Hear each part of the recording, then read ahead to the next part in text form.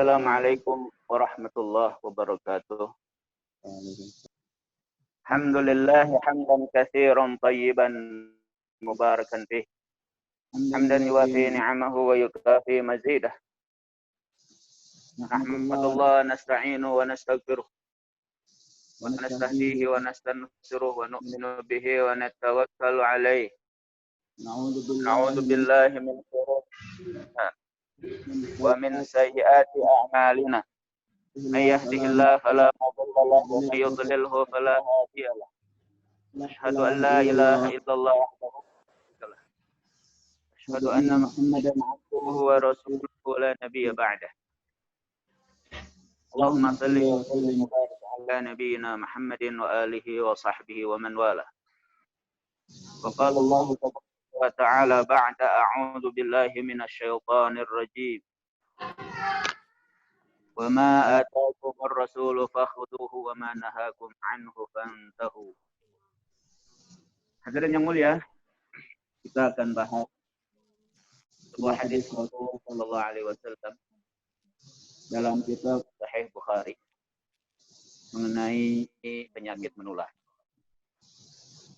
Wa bihi qala haddatsana Affan annahu qala haddatsana Sulaim ibn Hayyan qala haddatsani Sa'id bin Umayyah rahimahullah ta'ala qala sami'tu Abu Hurairah radhiyallahu ta'ala anhu yaqul qala Rasulullah sallallahu alaihi wa alihi wasallam la 'adwa wala dhifata wala hammata wala safar wa firra min al-majdum kama tafirru min al-asad.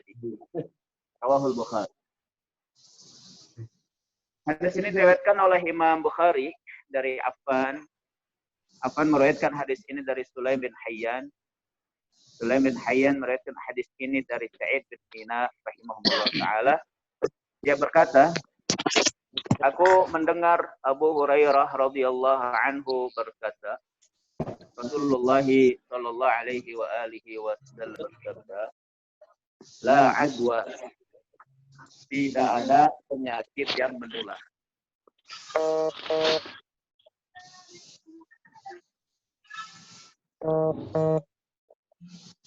La adwa, tidak ada penyakit yang menular. Wala firata. Fira itu adalah zaman dahulu burung yang dijadikan kepercayaan oleh orang-orang jahiliyah. Apabila misalnya dia terbang ke kanan, maka dianggap ini baik. Kalau misalkan dia terbang ke kiri, ini dianggap tidak baik. Ya. Ya. Hamah ini ditafsirkan oleh ulama adalah mengenai burung tiga yang katanya datang pada seseorang, atau hama ini juga adalah ruh seorang yang meninggal dibunuh yang mendatangi keluarga yang dibunuhnya selama sekian hari. Ada beberapa penafsiran tentang hama. Walau safar ini adalah ditafsirkan oleh ulama sebagai bulan Safar.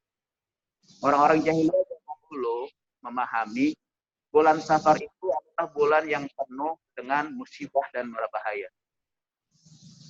Jika ada yang mengatakan kalau orang Islam katanya jangan menikah di bulan Safar, katanya ada ya kepercayaan kayak gitu. Safar juga ditafsirkan oleh sebagian ulama sebagai penyakit yang menular dari seekor hewan unta ke unta yang lain, dari satu hewan ke hewan yang lain, itu safar. Wa firra minal majdum kama tafirru minal asad. Dan hindarilah orang yang penyakit lepra.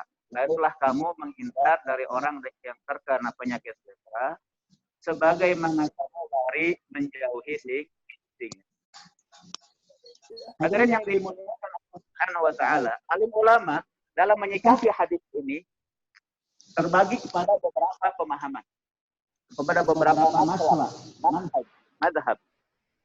Yang pertama Ada sebagian ulama yang mengatakan dari hadis ini penyakit menular itu sama sekali tidak ada.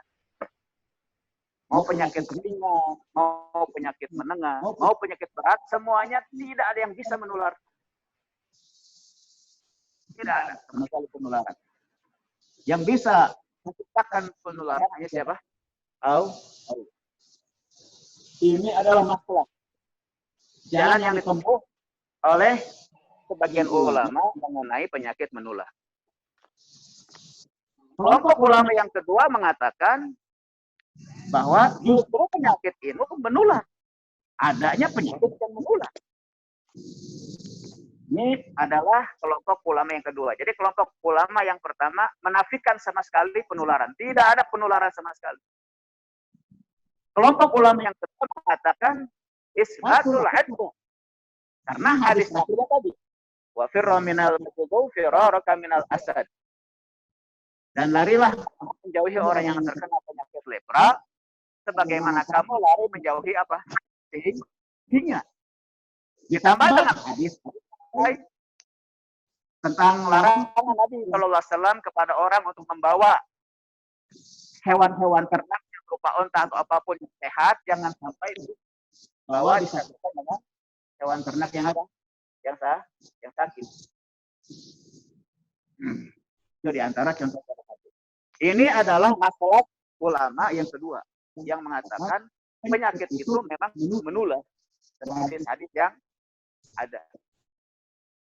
Kemudian kelompok ulama yang tiga, mereka lebih cenderung untuk mensinkronkan, namanya thoriqul jam'i, menyatukan antara hadis yang menafikan tentang penyakit menular dan hadis yang mengisbatkan, menetapkan adanya penularan penyakit.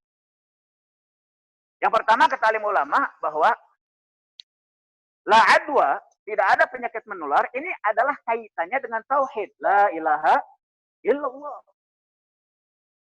Karena semua memang Allah yang menciptakan.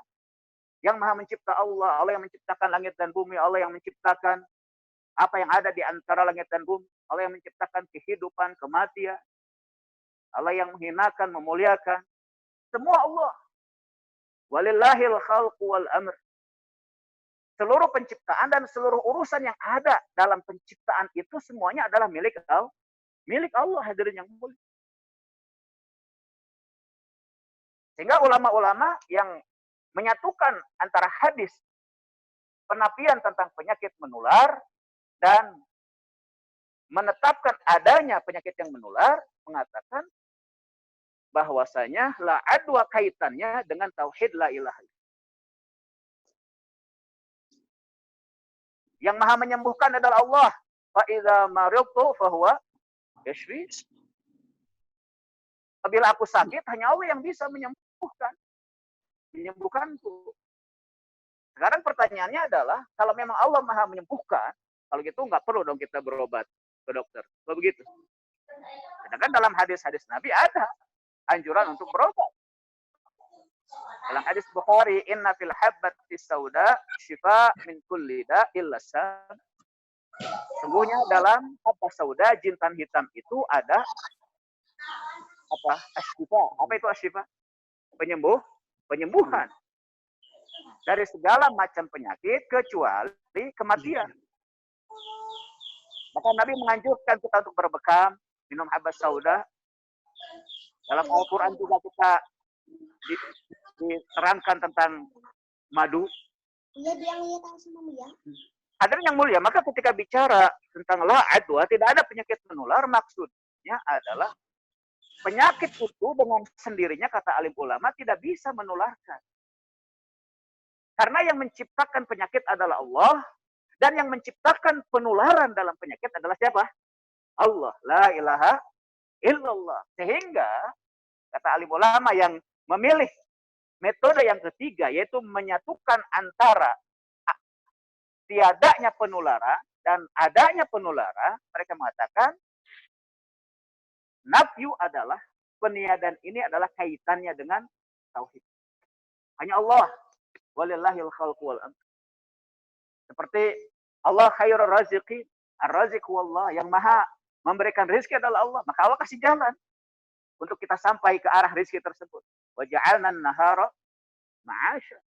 Kami jadikan siang hari untuk apa? Sarana waktu untuk mencari nafkah, bekerja. Maka orang-orang yang bekerja dia yakin ar-razik Allah, yang maha memberikan rezeki adalah Allah. Allah khairur raziqin. Dan badannya digerakkan untuk menjemput rezeki Allah.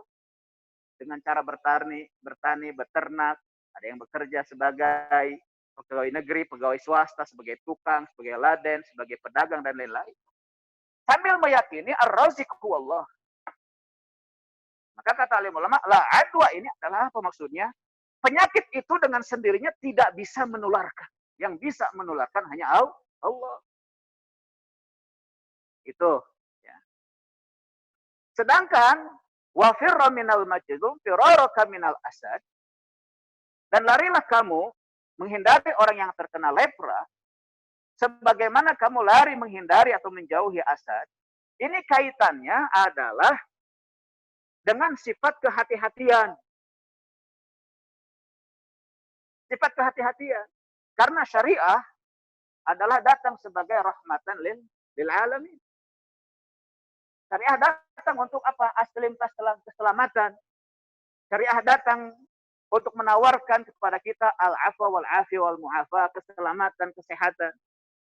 Sehingga Nabi besar Muhammad SAW sendiri beliau senantiasa selalu berdoa, Allahumma inni as'alukal afwa wal-afiyah wal-mu'afatad da'imah. Meminta ampunan, meminta kesehatan, meminta keselamatan. Oleh karena itulah hadirin yang dimuliakan Allah Subhanahu wa taala, ulama mengatakan bahwa orang yang memiliki keyakinan yang sangat kuat dan dia meyakini bahwasanya tidak ada penyakit yang bisa menular, maka dia bisa berjibaku. Bisa terjun ke tengah-tengah orang yang penyakit menular. Kalau dia betul-betul yakin penyakit yang diderita oleh orang-orang ini tidak bisa menularkan itu kepadanya. Ini bagi ahli yakin, ahli tauhid, orang yang betul-betul yakin pada Allah, yang bisa menularkan Allah. Tapi bagi orang-orang yang lemah yakin, ulama menganjurkan untuk apa? Untuk larilah menjauhi orang-orang yang terkena sakit ini, hadirin yang mulia. Sehingga kita bisa lihat dalam kondisi pandemik yang seperti ini, ada sebagian orang yang dia terpaksa harus keluar rumah. Terutama para dokter, para perawat, orang-orang yang kerja di rumah sakit. Mereka adalah orang-orang yang ada di garda terdepan dalam wabah pandemik penyakit menular ini. Nah, orang-orang yang seperti ini, bagaimana supaya mereka tidak terkena penularan, yaitu mengamalkan hadis ini. Sambil dia ngerawat orang yang sakit corona ini, maka hatinya yakin, corona ini makhluk Allah. Yang menciptakan corona adalah Allah. Yang menciptakan virus ini Allah. Yang meletakkan manfaat mudarat dalam virus ini Allah. Yang bisa menularkan dan tidak menularkan dalam penyakit ini juga hanya Allah. La ilaha illallah. Maka dengan keyakinan seperti ini, dia apa? Dia ngurus orang-orang yang terkena itu. Seperti mungkin sebagian orang-orang yang bekerja di sektor-sektor tertentu, bekerja misalkan sebagai supir, atau pengantar barang, atau bekerja di sektor-sektor tertentu yang dia harus mesti melayani masyarakat, seperti di pasar-pasar, di bank-bank, atau di tempat-tempat tertentu yang telah ditetapkan oleh pemerintah kita. Maka bagaimana cara mereka menghadapi ini? Ada rasa takut, maka ketakutan ini harus diganti dengan yakin sama Allah. Yang bisa mengerjakan ini semua yang maha berkuasa adalah Allah Tabaraka wa Ta'ala, hadirin yang mulia. Oleh karena itulah, ketika Nabi SAW mengatakan dalam hadisnya, wa firra minal majzum firaraka minal asad, maka yang diajak berbicara ini adalah orang-orang yang punya keyakinan lemah. Apa? Punya keyakinan lemah. Orang yang punya keyakinan kuat, yakin bahwasanya tidak ada penyakit yang menular, tidak ada begitu penularan. Tapi yang lemah atau yang gampang terpengaruh, maka kata Nabi, kamu lari menjauh dari orang yang punya penyakit lepra ini, termasuk orang yang punya penyakit virus corona dan lain-lain. Itu yang ditafsirkan oleh ulama mengenai la adwa wala firat.